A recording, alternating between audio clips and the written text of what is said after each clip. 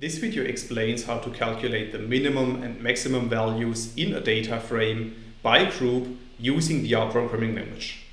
So without much talk, let's dive into the R code. In this video I will show you several examples, and all of these examples are based on the data frame that we can create with the lines 2 and 3 of the code. So after running these lines of code, a new data frame called data is appearing at the top right, and we can print this data frame to the bottom in the RStudio console by running line 4 of the code. And then you can see that our data frame contains 9 rows and the 2 columns value and group, whereby the first column contains numeric values and the second column is a group indicator. Now, if we want to calculate the minimum by group in this data frame, we can use the aggregate function, as you can see in lines 6 to 8 of the code. And within the aggregate function, we need to specify a formula which uses our values and group columns. Then we need to specify our data set, and we need to specify the function that we want to use. So in this case, we want to calculate the minimum value. So after running lines 6 to 8 of the code, another data frame is appearing at the top right, which is called data min1. And we can print this data frame to the console by running line 9. And then you can see that we have created a new data frame containing the 2 columns group and value. And the group column contains our 3 groups A, B, and C. And the value column contains the minimum value of each of these groups. Similar to that, we can also calculate the maximum value by group using the aggregate function, as you can see in lines 11 to 13 of the code. So the only difference of these lines of code compared to lines 6 to 8 is that this time I'm specifying the max function within the aggregate function. So after running these lines of code, another data frame called data max1 is appearing at the top right. And we can print this data frame to the console by running line 14. And then you can see that we have returned another data frame which contains the maximum values by groups in our data frame. So in this first example, I have explained how to use the basic installation of the R programming language to calculate the minimum and maximum values by groups in a data frame. However, it's also possible to use the dplyr package for this task, and this is what I want to show you in the second example, starting in line 16 of the code. So in lines 16 and 17 of the code, I'm first installing and loading the dplyr package. I have installed this package already, so for that reason I'm just going to load it with line 17 of the code.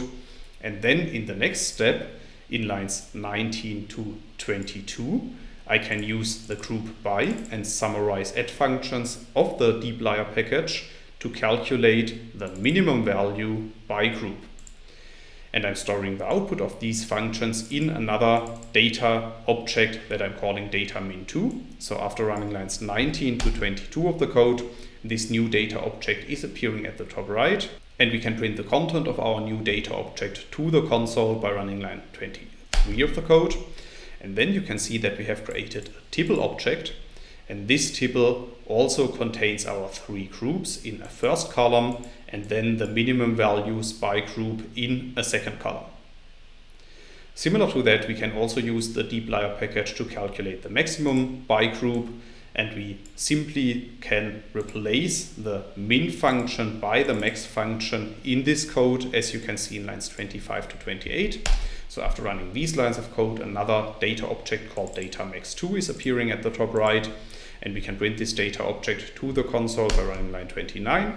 And then you can see that we have created another table which contains the maximum values by group.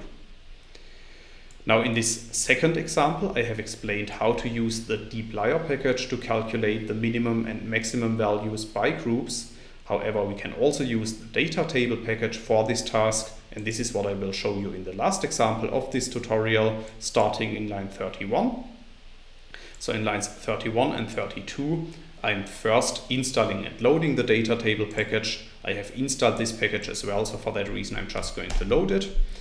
And then in the next step, I'm applying the data.table function to our input data frame to convert our data frame to the data.table class. So after running line 34 of the code, a new data table called data min3 is created. And then in the next step, in line 35, I'm applying the min function within the data table to create the minimum values by group. So after running line 35 of the code, our data table is updated, as you can see by running line 36. And then you can see at the bottom in the RStudio console that we have created a data table object that contains our minimum values by groups. Similar to that, we can also use the data table package to return the maximum values by groups by replacing the min by the max function. So after running lines 38 to 40 of the code, another output is returned at the bottom. And as you can see, this time we have created a data table that contains the maximum values by groups. It's also possible to add the minimum and maximum values corresponding to our groups as a new column to our data frame. And this is what I will show you in the fourth example, starting in line 42. So as a first step, I'm creating a duplicate of our input data frame because I also want to keep an original version of our input data frame data. And then in the next step, I'm using the AVE function to calculate the minimum values by groups. And I'm storing the output of the AVE function as a new column in our data frame.